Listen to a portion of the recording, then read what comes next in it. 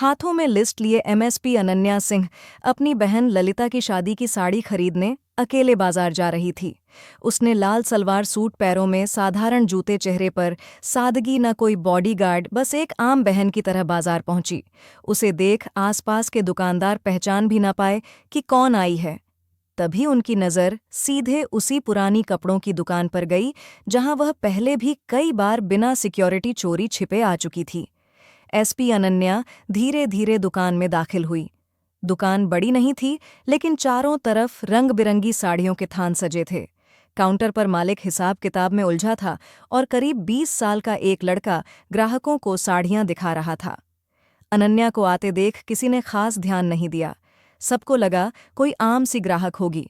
वह काउंटर के पास जाकर खड़ी हो गई और लड़के से बोली, भैया, मेरी बहन की शादी है, उसके लिए एक बहुत अच्छी साड़ी चाहिए। कुछ बढ़िया डिजाइन दिखाएं। लड़के ने बेमन से कुछ साड़ियां काउंटर पर फैला दीं। अनन्या एक एक साड़ी को उठाकर गौर से देखने लगी। उसे कभी रंग पसंद नहीं आता तो कभी बॉर्डर नहीं। उन्होंने एक साड़ी को देखकर कहा, यह रंग बहुत हल्का है, ललिता पर खिलेगा नहीं। इसका बॉर्डर बहुत पतला है, शादी के हिसाब से जचेगा नहीं। फिर अनन्या ने एक और साड़ी को पलटकर कहा, अरे, यह तो बहुत ज्यादा छटक है, दुल्हन को थोड़ा सोबर दिखना चाहिए। इसी तरह आधा घंटा कब बीत गया पता ही नहीं चला। दुकान में ग्राहकों की भीड़ बढ़ने लगी थी। लड़के के चेहरे पर अब झुंझुलाहट साफ झलक रही थी। उधर रामलाल भी अपनी मोटी ऐनक के पीछे से बार बार अनन्या को घूर रहा था। फिर वह थोड़ा रूखेपन से कहा, सब एक से बढ़कर एक पीस हैं, मैडम जी, इनमें से ही कोई ले लीजिए। लेकिन अनन्या का दिल मान ही नहीं रहा था। उनके लिए यह सिर्फ एक साड़ी नहीं थी, यह उनकी बहन के लिए उनका प्यार, उनका दुलार था। उन्होंने शांत स्वर में जवाब दिया, मुझे कोई जल्दी नहीं है भाई साहब, मेरी बहन की शादी का मामला है, सबसे अच्छा ही चाहिए। तो रामलाल ने धीरे से लड़के को इशारा किया। लड़का बड़बड़ाता हुआ तहखाने की ओर गया और कुछ ही देर में नए बंडल उठाकर ले आया और काउंटर पर रख दिया। अब काउंटर साड़ियों से भर चुका था। अनन्या एक एक साड़ी खुलवाकर देख रही थी और रामलाल का पारा चढ़ता जा रहा था। लड़का धीरे से अपने मालिक के कान में फुसफुसाया, आधे घंटे से दिमाग खराब कर रखा है, एक साड़ी तो पसंद आ नहीं रही। अनन्या ने उसकी बात सुन ली। एक पल को उन्हें बुरा लगा। वह चाहे तो 1 मिनट में इस दुकान पर ताला लगवा सकती थी, लेकिन आज वह अपनी पावर का इस्तेमाल नहीं करना चाहती थी। उन्होंने लड़के की बात को अनसुना कर दिया और फिर लगभग 1 घंटे की माथापेची के बाद उनकी नज़र उस पर पड़ी, एक गहरे मरून रंग की साड़ी जिस पर सोने के धागों से चौड़ा बॉर्डर बना था और पूरी साड़ी पर महीन कढ़ाई का काम था। वह साड़ी जैसे ललिता के लिए ही बनी थी। अनन्या के चेहरे पर आखिरकार एक संतुष्टि की मुस्कान आ गई और उन्होंने साड़ी हाथ में लेते हुए कहा, हाँ, बस यही चाहिए, इसे पैक कर दो। रामलाल ने राहत की सांस ली, जैसे कोई बड़ी मुसीबत टल गई हो। लड़के ने जल्दी जल्दी साड़ी को तय करके एक चमकीले पैकेट में डाल दिया। अनन्या ने पर्स से पैसे निकाल कर दिए और पैकेट हाथ में ले लिया। उसके मन में एक खुशी थी, एक सुकून था कि उन्होंने अपनी बहन के लिए सबसे अच्छी चीज चुन ली है। वह दुकान से बाहर निकलने के लिए मुड़ी ही थी कि उनकी नज़र पैकेट के एक कोने से झांकते एक धागे पर पड़ी। जो कुछ गड़बड़ थी। वह रुकी, पैकेट को खोला और साड़ी को दोबारा बाहर निकाला। उनके दिल की धड़कन बढ़ गई। साड़ी के बॉर्डर पर एक जगह से धागा टूटा हुआ था और उजड़कर लटक रहा था। उन्होंने हल्के से उसे खींचा तो कढ़ाई की पूरी सिलाई खुलने लगी। यह एक डिफेक्टिव पीस था। उन्होंने रामलाल को दिखाते हुए कहा, भैया ये देखिए, इसमें तो धागा टूटा हुआ है, ये तो पूरी उधड़ जाएगी। रामलाल ने एक नजर साड़ी पर डाली और फिर बड़ी लापरवाही से बोला, अरे मैडम, इतना छोटा मोटा तो चलता है, आप ले जाएं, दर्जी से ठीक करवा लेना, कुछ नहीं होगा। अनन्या का गुस्सा अब बढ़ने लगा था। उनकी आवाज थोड़ी सख्त हो गई। वह रामलाल को बोली, चलता कैसे है? मैं इतने पैसे दे रही हूं, कोई फोकट में तो नहीं ले रही, मुझे ठीक साड़ी चाहिए। अब रामलाल भी भड़क गया और कड़क आवाज में बोला, देखिए मैडम, अब बार बार तो नहीं बदल सकते, आपने खुद देखकर पसंद की है, अब इसमें हमारी क्या गलती? काउंटर के पीछे खड़ा लड़का भी हंसते हुए बोला, अरे मैडम, आपने तो सब कुछ जांच परख कर ही लिया था ना, अब नाटक क्यों कर रही हो? यह सुनते ही अनन्या के आत्मसम्मान को ठेस लग गई। वह एक अफसर थी, लेकिन उससे पहले एक ग्राहक थी, और एक ग्राहक के साथ ऐसा बर्ताव उन्हें बर्दाश्त नहीं था। उन्होंने दृढ़ता से कहा, सही साड़ी दो, वरना मेरे पैसे वापस करो। रामलाल ने आंखें तरेर ली और बोला, पैसे वैसे वापस नहीं होंगे, ज्यादा ड्रामा मत करो यहां पर। अब तक दुकान में खड़े बाकी ग्राहक भी तमाशा देखने लगे थे। कान्हा फूंसी शुरू हो गई थी। दुकान के अंदर का माहौल गर्म हो चुका था। अनन्या ने आवाज ऊंची करके बोला, दुकानदारी ऐसे नहीं चलती है। मैंने पूरा पैसा दिया है, या तो सही कपड़े दो या पैसे वापस करो। रामलाल ने चिल्लाते हुए बोला, क्यों बहुत बड़ी अफसर समझती हो? क्या खुद को तुम्हारे जैसे लोग रोज आते हैं? चलो भागो यहां से। ये सुनते ही अनन्या ने गुस्से में साड़ी का पैकेट काउंटर पर पटक दिया। भीड़ अब और बढ़ गई थी। लड़के ने पीछे से एक और तीर छोड़ा। अब शुरू हो गया इनका ड्रामा। अनन्या ने उसे घूर कर देखा। उनकी आंखों में वह सख्ती थी जो बड़े बड़े अपराधियों को भी चुप करा देती थी। लेकिन यहां कोई उन्हें पहचानने वाला नहीं था। रामलाल ने गुस्से में अपनी जेब से मोबाइल निकाला और चिल्लाते हुए बोला, ज्यादा हंगामा मत करो, वरना मैं अभी पुलिस को फोन करता हूं। वह बताएगी तुम्हें कि धौंस कैसे जमाते हैं। अनन्या के चेहरे पर एक व्यंग्यात्मक मुस्कान आई। हाँ, कर लो, बुला लो पुलिस को, हम भी तो देखें तुम्हारी पुलिस क्या करती है। रामलाल को लगा कि वह डर नहीं रही है। उसने तुरंत थाने का नंबर मिलाया और स्पीकर पर डाल दिया। हेलो थानेदार साहब, गुप्ता साड़ी भंडार से बोल रहा हूं। यहां एक औरत बिना वजह झगड़ा कर रही है। दुकान में हंगामा मचा रखा है। जल्दी किसी को भेजिए। फोन करते ही भीड़ में फुसफुसाहट और तेज हो गई। अरे, इसने तो पुलिस ही बुला ली। अनन्या ने कुछ नहीं कहा। उन्होंने पास पड़ी एक पुरानी लोहे की कुर्सी उठाई और दुकान के गेट पर जाकर बैठ गई। उन्होंने आसमान की तरफ देखा और एक पल के लिए उन्हें ललिता का चेहरा याद आया। उसकी शादी का सपना याद आया। लेकिन अब यह सिर्फ एक साड़ी की बात नहीं थी। यह उनके आत्मसम्मान की लड़ाई बन चुकी थी। वह पीछे नहीं हट सकती थी। वह उस कुर्सी पर शांति से बैठी थी, जैसे किसी तूफान के आने का इंतजार कर रही हो। मन में एक भरोसा था। उन्होंने खुद से कहा, कोई बात नहीं, पुलिस आएगी, मुझे पहचान लेगी और यह सारा तमाशा 1 मिनट में खत्म हो जाएगा। आखिर वह इसी जिले की एसपी अनन्या थी। हर थानेदार, हर दरोगा उन्हें पहचानता था। पूरा पुलिस डिपार्टमेंट उड़ाती हुई दुकान के सामने आकर रुकी। जीप से एक दरोगा विक्रम सिंह और 2 सिपाही नीचे उतरे।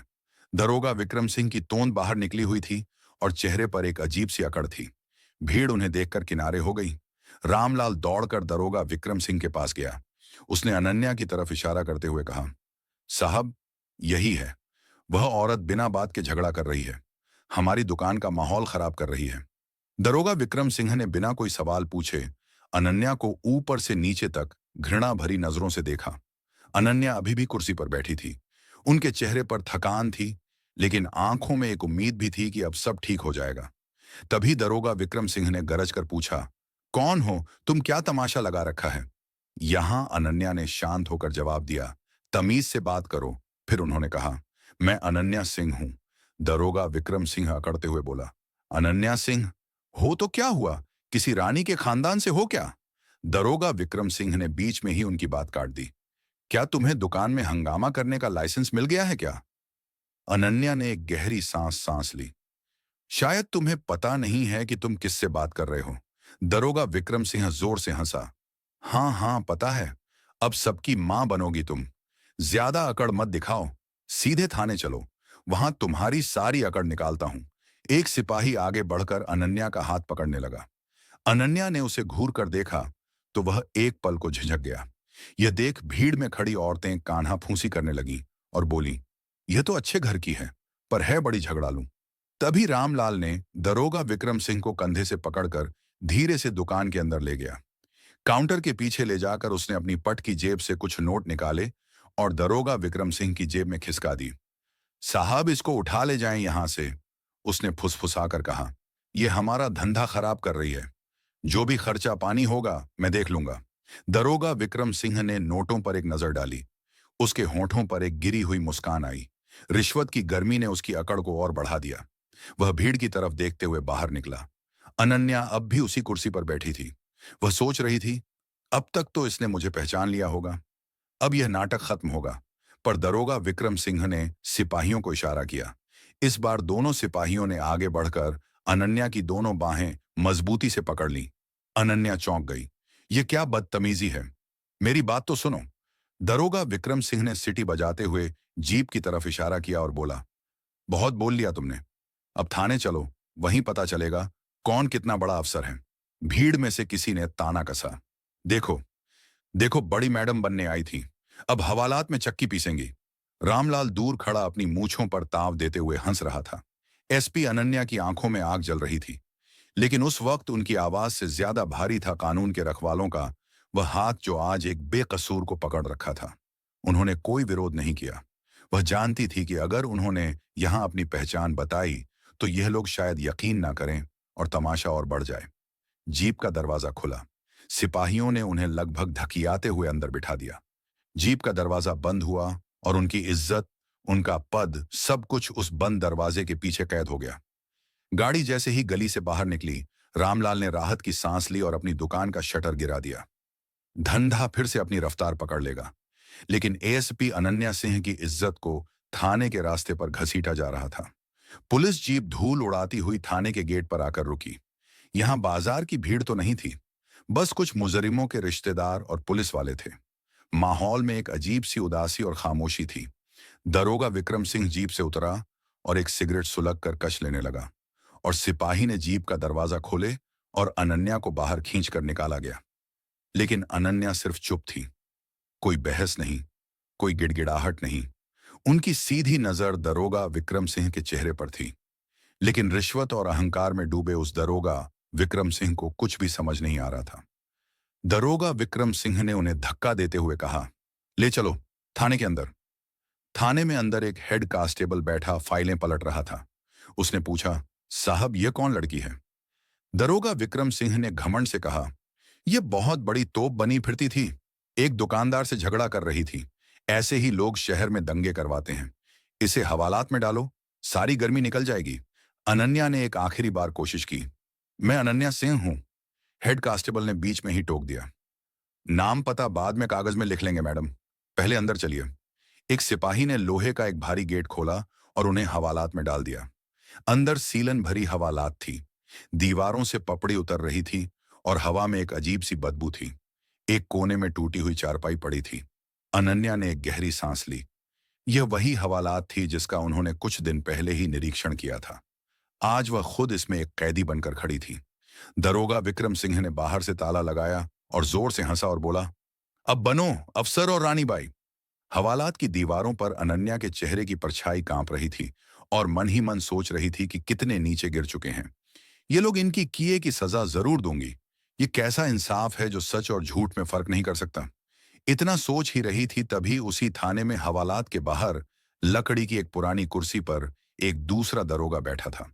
उसका नाम था राजेंद्र सिंह।